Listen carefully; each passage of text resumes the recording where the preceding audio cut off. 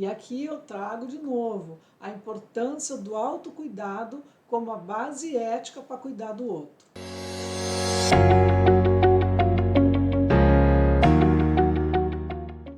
Então, o aromaterapeuta, ele precisa desenvolver práticas simples para a autorregulação emocional.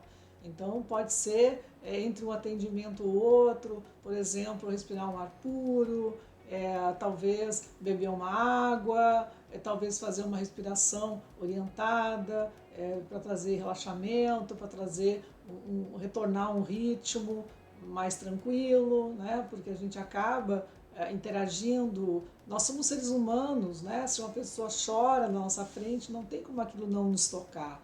Mas a gente tem que entender que aquele choro é importante para aquela pessoa, tem que acolher aquele momento, mas se separar, não dá para pegar o outro no colo e fazer as coisas por ele. O processo é dele. E o aromaterapeuta, então, ele vai acolher com segurança, mas ele tem que ter aonde ele vai se ancorar para ele poder acolher o outro com segurança.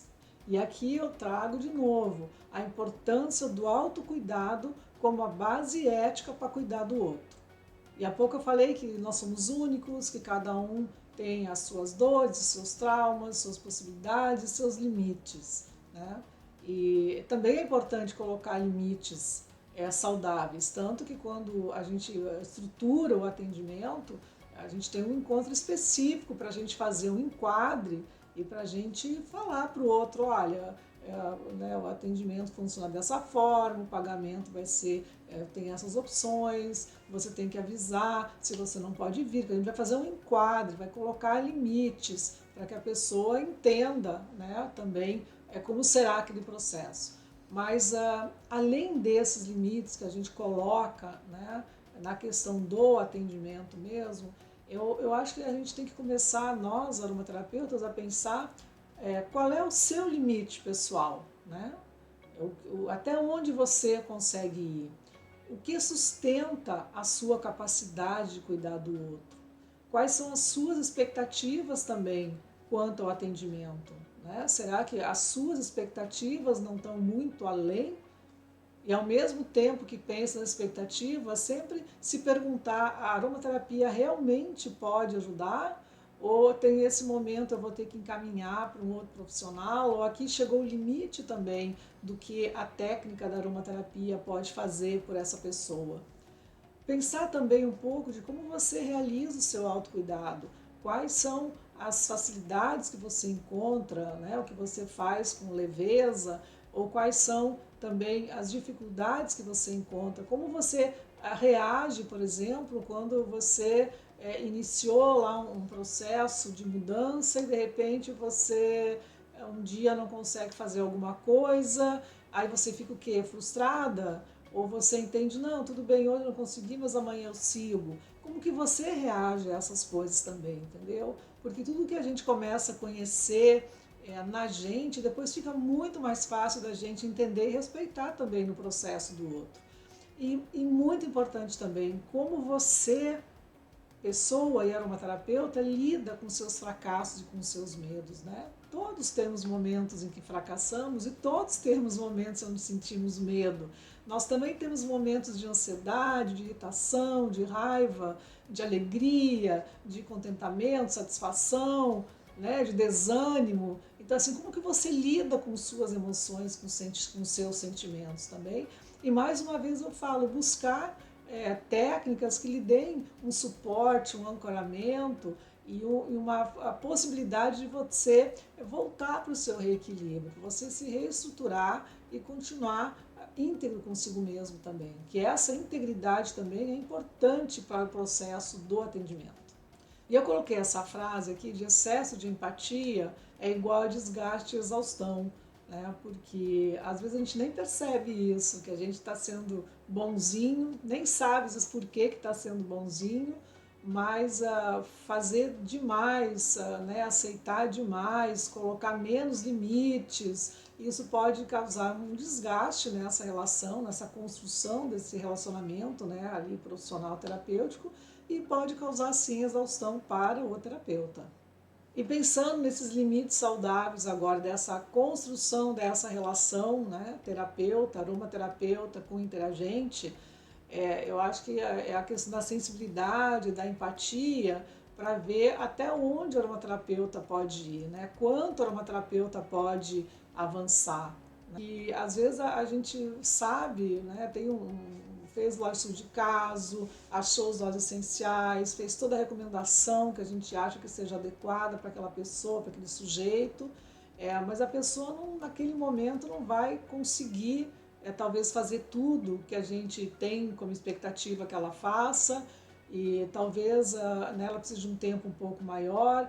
Então, buscar entender qual é o limite do interagente, qual é o tempo do interagente, qual é o ritmo do interagente, como ele também gerencia as próprias frustrações, as próprias expectativas, como ele lida com o estresse, como ele lida quando ele está irritado, nervoso, como lida assim quando não consegue fazer alguma coisa que tinha planejado. Isso é muito importante também, né, de estar sempre atento naquele setting terapêutico. E quando alguém chega, né, até nós para receber cuidado, ela confia a nós não só o corpo, mas também a sua história, a sua dor, que pode ser física, que pode ser as feridas emocionais. Ela vai também demonstrar as emoções, né? E nem tudo aparece às vezes na anamnese, né? Muitas vezes a pessoa está ali respondendo uma anamnese, mas está com um tom de voz mais baixo, está falando muito, blá blá, não para de falar, ou está com uma postura assim muito tensa, ou parece um pouco arredia, ou está meio cabisbaixa, né? A gente tem que olhar um pouco essa questão da postura também. Então, nem tudo também precisa ser resolvido naquele momento. Vai ter um processo, e nesse processo, cada novo encontro vai trazer novas informações, e quanto mais esse interagente se sentir acolhido, ouvido, e confiar no aromaterapeuta, mais ele vai conseguir se colocar, né, para também demonstrar ou trazer mais informações sobre o que está acontecendo com ele. Então, trabalhar a ansiedade do aromaterapeuta também, ver até que ponto a nossa expectativa, né, a nossa vontade de ajudar o outro não pode atrapalhar também. Né? Que a mudança é do outro, é o outro que precisa desejar mudar, então tem que respeitar o espaço do outro, o tempo do outro, o ritmo do outro e as possibilidades do outro. E eu considero muito importante essa questão da ética, tanto da ética profissional, de ter uma conduta ética profissional, como também a ética no cuidado do outro. Porque essa ética, ela protege o interagente, protege o aromaterapeuta e protege também a integridade da prática aromaterapêutica. Então, protege o aromaterapeuta porque ele vai se colocar um profissional de acordo com suas crenças, com seus valores, com seus limites, com aquilo que ele acha, bom, até lá eu consigo fazer.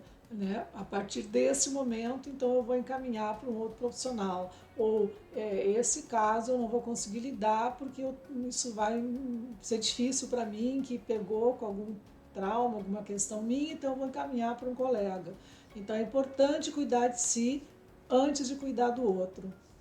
Protege também o interagente, por quê? Porque quando a gente tem essa ética no cuidado, a gente vai sempre lembrar disso.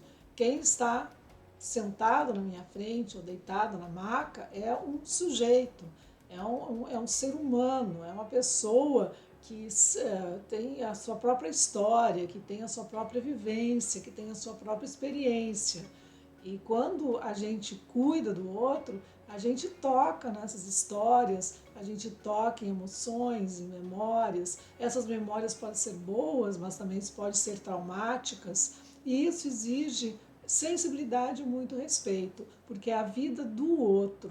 A gente está tocando a vida do outro. E a gente pode ajudar a transformar a vida dele. Então, quando se fala em mudança, em transformação, o respeito, eu acho que é a parte assim, principal, né? Respeito pelo outro, pelo tempo do outro, pelo espaço do outro, pela possibilidade do outro naquele momento. E sempre entendendo que vida é movimento. Enquanto se está vivo, se tem essa possibilidade de recomeçar e de mudar. Né? Isso, inclusive, eu acho que reduz um pouco essa ansiedade de ter que ser tudo para ontem, de ter que conseguir né, melhorar tudo em 30 dias. Né? Muitas vezes até né, a pessoa chega com uma queixa que está há 10 anos e ela acha que com um mês, usando óleo essencial, vai conseguir se livrar daquilo. Mas o que tudo está envolvido naquela queixa? Né? Então, entender que essa ética do cuidado, ela protege todo o setting terapêutico, ela protege todo o processo terapêutico quando se consegue ter esse respeito por si, né, pelo lugar do aromaterapeuta e também pelo interagente, que é o co-criador do próprio bem-estar.